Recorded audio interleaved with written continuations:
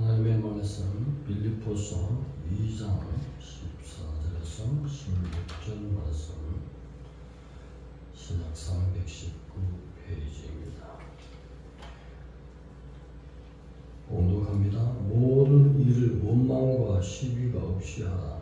이는 너희가 흠이 없고 순전하여 어그러지고 거스르는 세대 가운데서 하나님의 흠 없는 자녀로 세상에서 그들 가운데 빛들로 나타내고 생명의 말씀을 밝혀 나의 다름질이 헛되지 아니하고 수고도 헛되지 아니하므로 그리스도의 날에 내가 자랑할 것이 있게 하려 합니다. 아멘.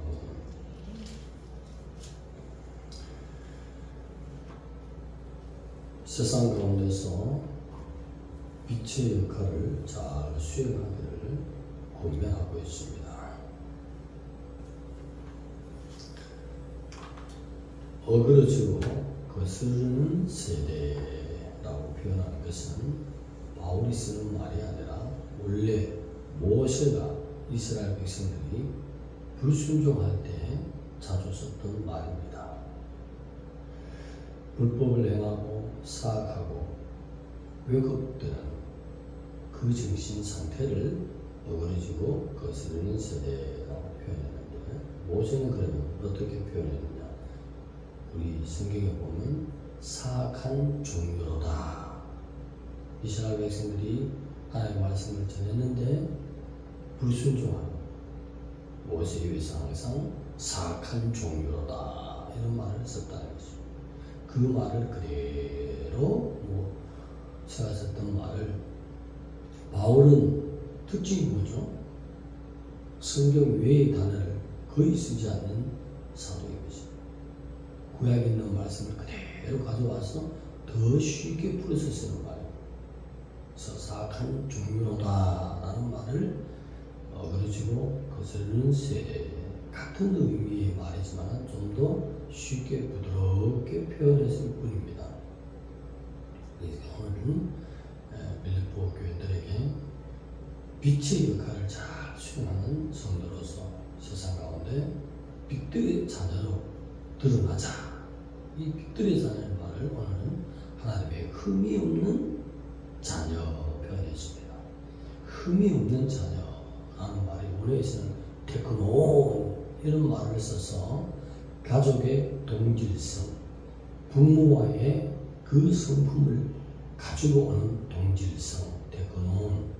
하나님의 흠 없는 자녀로 할 때는 하나님의 성품을 나타내는 자녀가 되라 이 뜻입니다. 그래서 오늘 빌립보 교인들은 주님의 보배 피의 공로로 하나님의 자녀가 되었습니다. 양자 입양된 자들입니다. 그래서 테크노, 하나님의 가족이 된 자로서의 성품을 가져라. 부모와의 가졌던 그 동일한 동질성이 있는 그 성품을 자녀들이 가지지 않습니까? 그런 것처럼 하나님의 그 성품을 가져라. 그렇게 말씀하시면서 첫 절에는 원망과 시비가 없는 삶이라는 표현을 또 하고 있습니다. 이 말은 3장 2절을 보면 계들을 삼가고 행한 자를 삼가라 이 말씀이 나옵니다. 빌립보 교회는 바울이 볼 때도 기쁨의 교회. 그렇지만 이 당시에 워낙 많은 이단들이 일어났기 때문에 그래도 빌립보 교회에 영향을 미쳤다는 것을 알 수 있습니다. 잘 성장했지만 그러나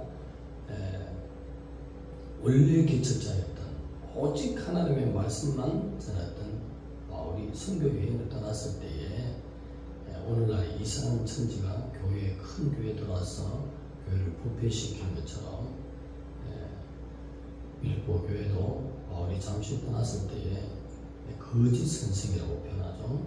그런 자들이 돌아와서 이렇게 공동체적인 분열을 일으키려고 조작을 했는 경우가 있었기 때문에 바울은 저 이단들 이렇게 표현하지 않고 바울에 의해서는 개들, 행악자들, 왜?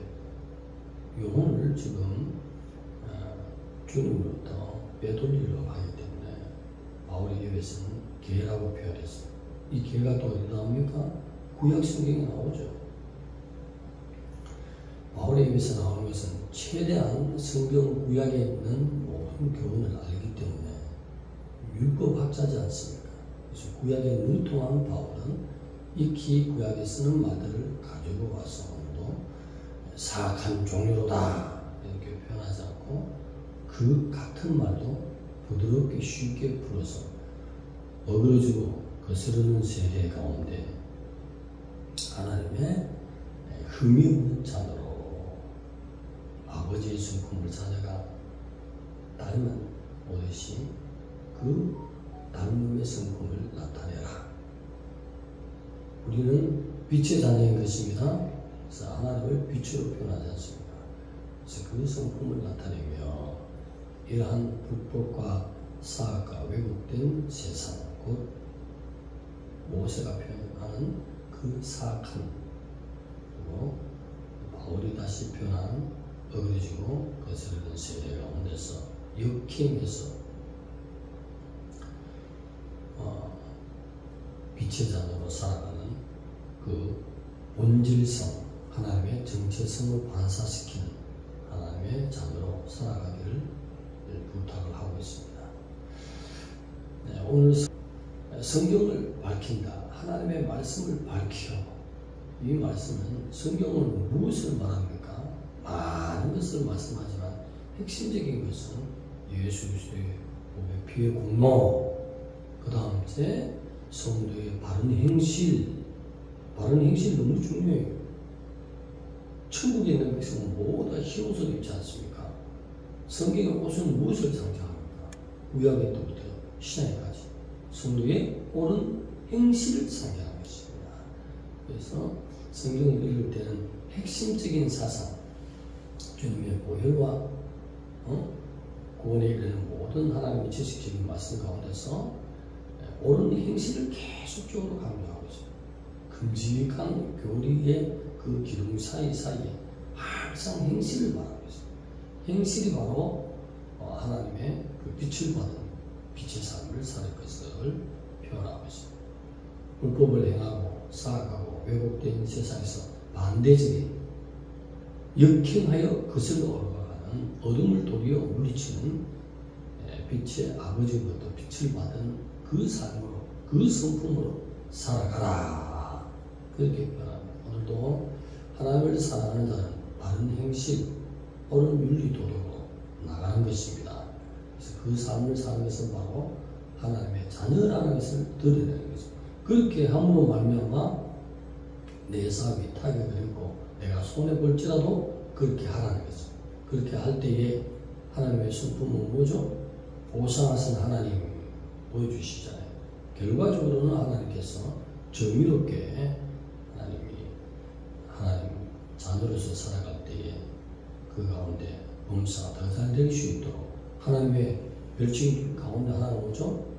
여호와 이레 알파의 역사가 있다는 것입니다. 빛의 자녀로 살아갈 때에 반드시 살아계신 하나님은 하나님의 자녀의 편에서 이루시는 놀라운 복들이 있다는 것입니다. 빌립보 교회도 오늘 이단의 영향을 입었지만 그런 사상을 다 벗어버리고 앞서서 말씀드린 것처럼 바울과 함께 신앙생활할 때에 얼마나 뜨겁게 신앙생활을 했냐는 것입니다. 그런 것처럼 다시 한번 빛의 아들들, 자녀라는 그 정체성을 생각하고 빛의 자녀로서 살아갈 것을 부탁하는 내용이었습니다. 오늘도 빛의 자녀로서 승리하는 삶을 살아갈 때 주님의 기쁨이 될 줄 믿습니다. 기도드리겠습니다. 하나님 감사합니다. 우리를 사랑하시는 하나님, 온전히 하나님 앞에 빛의 자녀로서 하나님의 그 동질성의 성품을 가지고 하나님 닮은 성품으로 빛을 드러내는 우리의 삶이 되도록 도와주시옵소서. 우리가 간 모든 곳에 어둠이 떠나가는 맑은 빛으로 성령 충만한 제들로 항상 인도하여 주옵소서. 예수님의 이름으로 감사하며 기도드리옵나이다.